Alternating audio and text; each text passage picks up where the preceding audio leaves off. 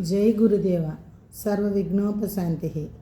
ఈరోజు ఆత్మీయ బంధువులందరితోటి చిన్న కథ ముచ్చటించుకుందామని. ఆ కథ కూడా ఆధ్యాత్మిక జ్ఞానాన్ని మనకి తెలియజెప్పేటటువంటి కథే. అందువల్ల ఈ కథను మేము ముందు ఉంచుదామని నేను ప్రయత్నం చేస్తున్నాను. ఒకానొక సందర్భం అయితే ముఖ్యంగా మనం తెలుసుకోవాల్సిన విషయం ఏంటంటే, అరిషడ్ వర్గాలను అదుపులో పెట్టుకోగలుగుతాం, అంటే కోపతాపాలని అదుపులో పెట్టుకోగలుగుతాం. సాధన సంపత్తిని కూడా నేర్చుకొని అభ్యాసపూర్వకంగా దాన్ని సరి చేసుకోగలుగుతాం. అహం అనే దానిని మాత్రం పోగొట్టుకోవడం చాలా కష్టం. అహంకారంతోనే నేను నాది అనే భావంలో అష్టమదాలు చెప్పారు బాబాజీ. అష్టమదాల్లో ఏదో ఒక మదంలో మనం దానికి లోబడిపోయి ఈ ఆధ్యాత్మిక మార్గానికి అవరోధంగా ఏర్పరచుకుంటాం. ఈ అహంభావాన్ని గురించి ఆధ్యాత్మికంగా మహనీయులకే కాదు, దేవీ దేవతలకు కూడా అహంభావం ఉంటుంది అనే చిన్న ఉదాహరణ చెప్పి కల్పిత కథలే ఇవన్నీ. దానిలో ఉన్న నీతి జ్ఞానాన్ని మనం తెలుసుకుందాం.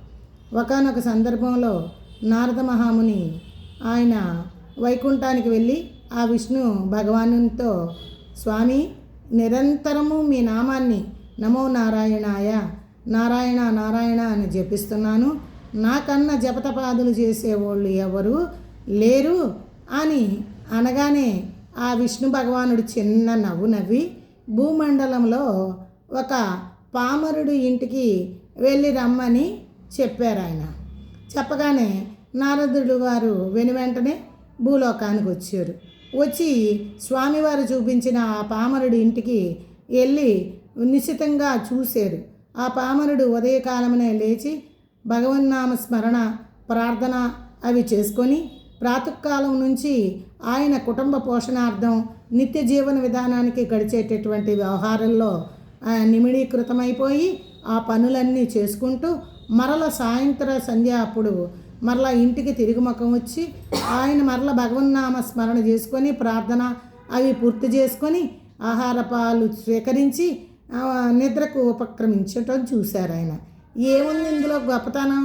నిద్ర లేచాడు, ఒకసారి దేవుడికి నమస్కరించాడు, మరలా వెళ్ళిపోయాడు, పనిపాట్లు చేసుకున్నాడు, భార్య బిడ్డల కోసం ఏమేమి అమర్చుకోవాలో ఆ పనులన్నీ చేసుకున్నాడు, మళ్ళీ వచ్చాడు, ఏదో ఒకసారి దేవుడా రావడా అనుకున్నాడు, మళ్ళీ తాను నిద్రపోయాడు గాఢంగా.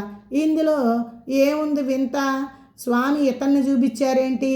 నేను నిరంతరము కనురెప్ప కాలం కూడా వదలుకోకుండా ప్రతి సెకను ప్రతి నిమిషము భగవన్నామ స్మరణతో పునీతుడిని అయిపోతున్నాను కదా అని తెలియని అహంభావమే ఆయనకి ఆవరించి ఉంది. అలా అనుకొని మరల తిరిగి వైకుంఠానికి వెళ్ళారు. వైకుంఠానికి వెళ్ళి, స్వామి, మీరు చెప్పినంత విశేషత ఆ పామరుల దగ్గర నాకేమీ కనబడలేదే, మీరు వెళ్ళమన్నారు, వెళ్ళి చూశాను, విధి విధానం ఇలా ఉంది అని నారదుల వారు స్వామివారికి విన్నవించుకున్నారు. విన్నవించుకుంటే మరలా ఆ చిద్విలాసుడు ఒక చెరునవ్వు నవ్వి, ఆయన పడుకున్నది పవళించి ఉన్నది పాలకడలి. పాలకడిలో ఒక బంగారపు గిన్నెని తీసి, బౌలు మాదిరిగా ఉన్న గిన్నెని తీసి దాన్ని నిండా పాలు ముంచి నారదుల వారిని దగ్గరకు రమ్మనమని, ఆ దోసిడి పట్టమని ఆ దోసిట్లో పాల గిన్నెని ఉంచారు.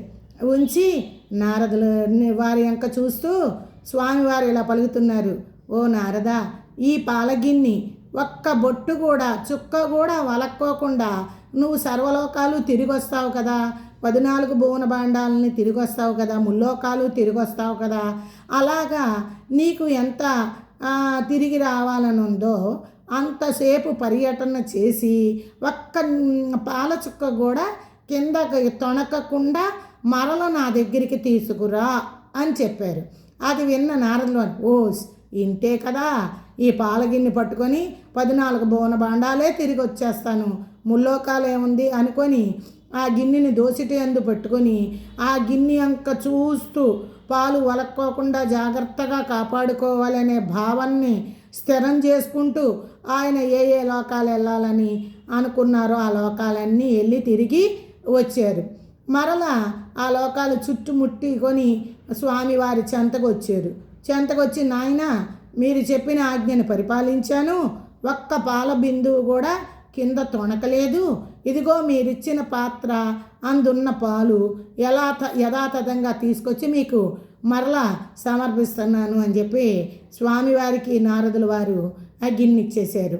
ఆ గిన్నెని పుచ్చుకున్న స్వామివారు ఆ విష్ణు భగవానుడు నారదుల వారు ఇంక చూసి నవ్వి, నారదా, ఇప్పుడు చెప్పు, ఈ పాత్రను పట్టుకొని నువ్వు ఏ ఏ లోకాలు తిరిగావో అనేది అప్రస్తుతం. నువ్వు ఎంతసేపు నామం చేశావు అని అడిగారు.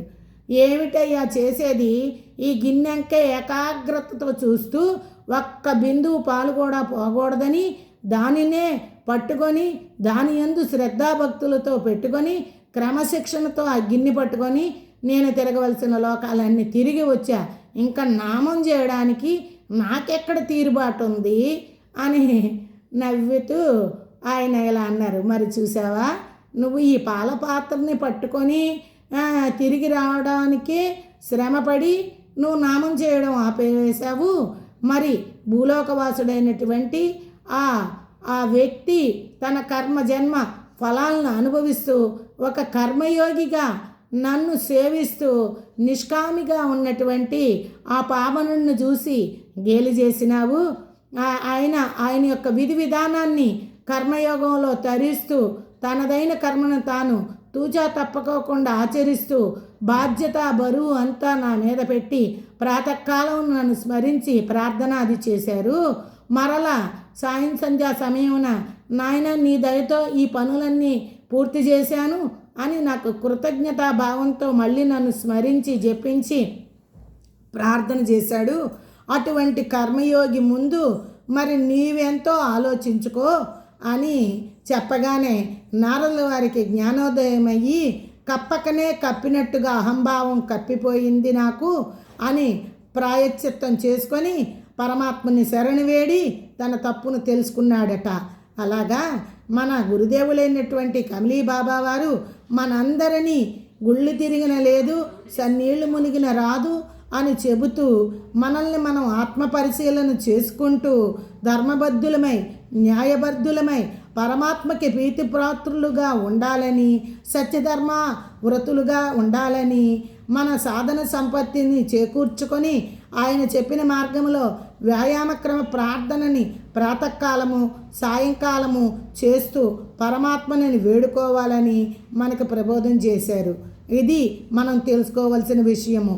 మనం కర్మయోగులుగా అదంతయు పరమాత్మయే, మా కర్తయు భోక్తయు అయిన ఆ పరమాత్మే, అంతకు తప్ప వేరే దిక్కు లేదు. ఆ పరమాత్మని మనం శరణు వేడుకుంటూ జీవన్ముక్తి మార్గంలో మనం పయనిద్దామన్నదే నా కోరిక.